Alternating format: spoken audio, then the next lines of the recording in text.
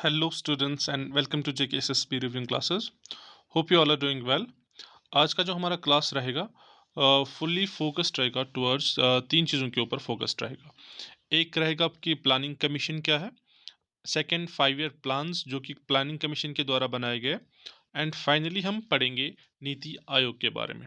Alright, तो ये काफ़ी इंपॉर्टेंट चैप्टर होने वाला टॉपिक होने वाला है आप सबके लिए, क्योंकि जेकेएसएसबी जो है अक्सर इस टॉपिक से एक या दो क्वेश्चन हमेशा पूछ ही लेते हैं। और इसके अलावा ये हर एक कॉम्पिटिटिव एग्जाम के लिए काफ़ी हेल्पफुल रहने वाला है आपका ये video. So without wasting much of your time, आज का लेक्चर स्टार्ट करते हैं। तो सबसे पहले हम पढ़ेंगे प्लानिंग कमीशन के बारे में। प्लानिंग कमीशन एक्चुअल में है क्या? प्लानिंग कमीशन एक एडवाइजरी बॉडी है जो कि 1950 में एस्टैब्लिश हो गई। ऑलराइट, 90 एडवाइजरी बॉडी होने से क्या मतलब होता है? एडवाइजरी बॉडी मींस कि इस बॉडी की जो रिकमेंडेशंस होंगी वो लीगली बाइंडिंग नहीं होती। आप उनको एक्सेप्ट कर सकते हैं, नहीं भी कर सकते। तो प्लानिंग कमीशन का बेसिकली क्या काम होता था? ये ड्राफ्ट करते थे 5 ईयर प्लान्स को। ऑलराइट, ये 1950 में एस्टैब्लिश हो गई। ये एक नॉन कॉन्स्टिट्यूशनल बॉडी थी और एक नॉन स्टैट्यूटरी बॉडी कहलाती है। ऑलराइट, नॉन कॉन्स्टिट्यूशनल मींस कि कॉन्स्टिट्यूशन ऑफ इंडिया में कहीं पे भी इसका जिक्र नहीं है। नॉन स्टैट्यूटरी बॉडी के होने का मतलब है कि प्लानिंग कमीशन जो है किसी भी एक्ट ऑफ पार्लियामेंट से नहीं बनी है। ऑलराइट, देन ये है क्या? ये एक एग्जीक्यूटिव बॉडी है। ऑलराइट, इसकी ये साथ साथ एक एडवाइजरी बॉडी भी कहलाती है, यानी इसकी एडवाइजरी, इसकी सलाहें आप ले भी सकते हैं, नहीं भी मान सकते। इसके जो चेयरमैन होते हैं वो हमेशा प्राइम मिनिस्टर होते हैं वक्त के, जो उस टाइम के प्राइम मिनिस्टर रहेंगे।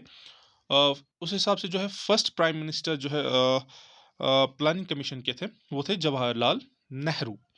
एंड फर्स्ट वाइस चेयरमैन जो थे वो थे गुलजारी लाल नंदा। तो प्लानिंग कमीशन 5 ईयर प्लान्स को ड्राफ्ट करती थी, यानी उनको उनका डिज़ाइन करके एनडीसी को सबमिट करती थी। एनडीसी यानी नेशनल डेवलपमेंट काउंसिल, जो कि इस्टेब्लिश हो गया था 1952 में। तो ये था कुछ बेसिक इंट्रोडक्शन प्लानिंग कमीशन का।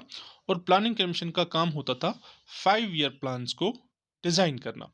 तो टोटल 1951 से लेकर के 2017 तक टोटल प्लानिंग कमीशन के द्वारा 12 प्लान्स बनाए गए। ऑलराइट, और ये 5 ईयर प्लान का जो है कॉन्सेप्ट जो है हमने कहाँ से लिया था? यूएसएसआर से, यानी कि जो कि आज के दिन का रशिया है। एंड एक और बात मैं आपको बता दूं कि इंडिया में जो है father of Indian economic planning किसे कहा जाता है? M Visvesvaraya. Alright, economic planning यानी आप जिसके हाथ जिसके मतलब कमांड में आप पैसा वगैरह देते हो, तो हमेशा आप उस बंदे के ऊपर आपको विश्वास होता है, भरोसा होता है, तो इसलिए आप उसको याद रख सकते हैं, एम विश्वेश्वरैया। ऑलराइट, सो ये था कुछ बेसिक इंट्रोडक्शन प्लानिंग कमीशन का। उसके बाद जो है प्लानिंग कमीशन एक्चुअल में 2014 तक चल पाया। 2014 तक चल पाया क्योंकि 2014 में बीजेपी ने इलेक्शन जीत करके जो है प्लानिंग कमीशन को डिसॉल्व कर दिया और डिसॉल्व करके नीति आयोग का गठन किया। NITI Aayog, national institution for transforming India. Alright, तो ये था कुछ जनरल इंट्रोडक्शन जो है 5 ईयर प्लान्स, प्लानिंग कमीशन और नीति आयोग का। तो हम एज डिस्कस्ड अर्लियर कि इस लेक्चर में हम जो है 5 year plans, important 5 year plans पढ़ेंगे। सारे तो नहीं पढ़ेंगे, इंपॉर्टेंट 5 ईयर प्लान्स के बारे में डिस्कस करेंगे। और एक और चीज़ मैं आपको बता दूं, ये जो जितने भी 5 ईयर प्लान्स बने तो ये कंटिन्यूअसली सक्सेसफुल नहीं हो पाए। तो कुछ रीजंस की वजह से जो है इस टाइम पीरियड के दौरान इन प्लानिंग 5 ईयर प्लान्स में जो है कुछ ब्रेक्स आई। ठीक है, तो सबसे पहले हम देखते हैं कि कौन कौन सी ब्रेक्स आई। अगर देखा जाए 5 ईयर प्लान्स के दौरान जो है टोटल 3 ब्रेक्स आई, यानी 3 बार ऐसा हुआ कि 5 ईयर प्लान जो एग्जिस्टिंग था वो सक्सेसफुल नहीं हो पाया। तो उनके बारे में हम डिटेल्स पढ़ेंगे कुछ। ठीक है, तो फर्स्ट 5 ईयर प्लान कब बना था? 1951 से लेकर के 1956 तक, जो कि सक्सेसफुल रहा। सेकेंड 5 ईयर प्लान 1956 से लेकर के 1961, सक्सेसफुल। थर्ड 5 ईयर प्लान जो था वो था 1961 से लेकर के 1966 तक इसको चलना था। लेकिन इस प्लान को जो है थर्ड 5 ईयर प्लान को कहा जाता है फेल्ड प्लान। ऑलराइट, इस चीज़ को आप जो है फोकस करेंगे। थर्ड 5 ईयर प्लान को कहा जाता है फेल्ड प्लान। क्यों? इसके रीजंस क्या थे? इंडो चाइना वॉर हो गया था 1962 में, इंडो पाक वॉर हो गया था 1965 में। ऑलराइट, क्योंकि प्लान अब फेल हो गया तो 1966 के बाद क्या हो गया? 1966 से लेकर के 1969 यानी इन 3 सालों के लिए अलग अलग से प्लान बनने लगे। ऑलराइट, एनुअल प्लान्स बनने लगे पहली बार। तो उस टाइम पीरियड को क्या कहा जाता है? Plan holidays. यानी ये जो 3 साल थे 1966 से लेकर के 1969 तक, इसको डिस्कस किया जाता है एज ब्रेक, पहला ब्रेक जो कि 5 ईयर प्लान्स में लगा। और इन 3 साल जो है अलग अलग एनुअल बेस पे प्लान बनते रहे। उन प्लान्स को कहा जाता था प्लान हॉलीडेज। ऑलराइट, इन जो पहला ब्रेक था यानी प्लान हॉलीडेज, इसके दौरान क्या हो गया था? गवर्नमेंट ने रुपी को डिवैल्यू किया था। ये आई थिंक कई बार पूछा गया, ये एमसीक्यू है। फर्स्ट ब्रेक के दौरान यानी प्लान हॉलीडेज के दौरान गवर्नमेंट ने रुपी को डिवैल्यू किया था ताकि एक्सपोर्ट्स बढ़ जाए। ऑलराइट, तो ये था पहला ब्रेक। सेकंड, उसके बाद क्या था? आया था फोर्थ 5 ईयर प्लान 1969 से लेकर के 1974 सक्सेसफुल। फिफ्थ 5 ईयर प्लान जो है 1974 से लेकर के 1979 तक इनको चलना था। ऑलराइट, बट क्या हो गया था? फिफ्थ 5 ईयर प्लान के दौरान यानी 1975 में एक इमरजेंसी इम्पोज हो गई थी। ऑलराइट, पहली बार इमरजेंसी इम्पोज हो गई थी 1975 में on grounds of internal disturbances. और उस टाइम की जो प्राइम मिनिस्टर थी वो थी इंदिरा गांधी। और इसका जो ये इमरजेंसी वाला मूव था, इसको बहुत हैविली क्रिटिसाइज किया गया था ऑपोजिशन की तरफ से, जिसकी वजह से 1978 में क्या हो गया? जनता पार्टी की गवर्नमेंट बन गई, जिसको कि लीड कर रहे थे मोरारजी देसाई। मोरारजी देसाई ने क्या किया? आते ही इन्होंने 5 ईयर जो एग्जिस्टिंग 5 ईयर प्लान चल रहा था, फिफ्थ 5 ईयर प्लान, इसको नलिफाई कर दिया, इसको रिजेक्ट कर दिया। ठीक है, और उसके बाद जो है इन्होंने, यानी यहाँ पे इसने फिफ्थ 5 ईयर प्लान को रिजेक्ट किया, तो यहाँ पे दूसरा ब्रेक आता है 5 ईयर प्लान्स में। ऑलराइट, तो पहला ब्रेक तो हमने देखा प्लान हॉलीडेज का, जो कि था 1966 से लेकर के 1969 तक। तो दूसरा ब्रेक जो है वो लगा 1978 से लेकर के 1983 तक। ऑलराइट, तो इस टाइम के दौरान भी जो है एनुअल प्लान्स बनने लगे, जिनको जो है कहा जाता है rolling plans.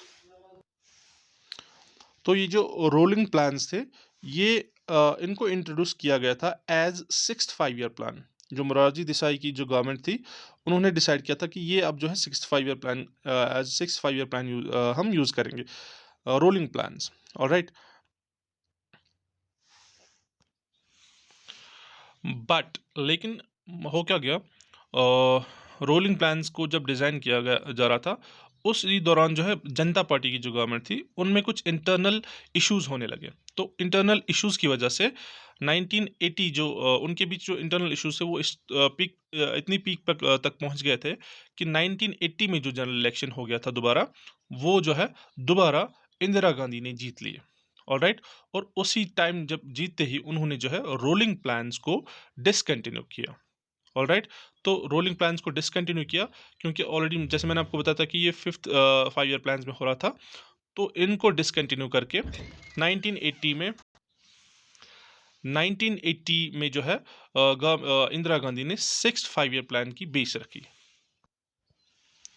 Sixth 5 year plan यानी 1982 1985 सक्सेस। सेवेंथ 5 ईयर प्लान 1985 से लेकर के 1990 तक चलना था। ऑलराइट, एट्थ 5 जो कि अगेन एक सक्सेस हो गया था।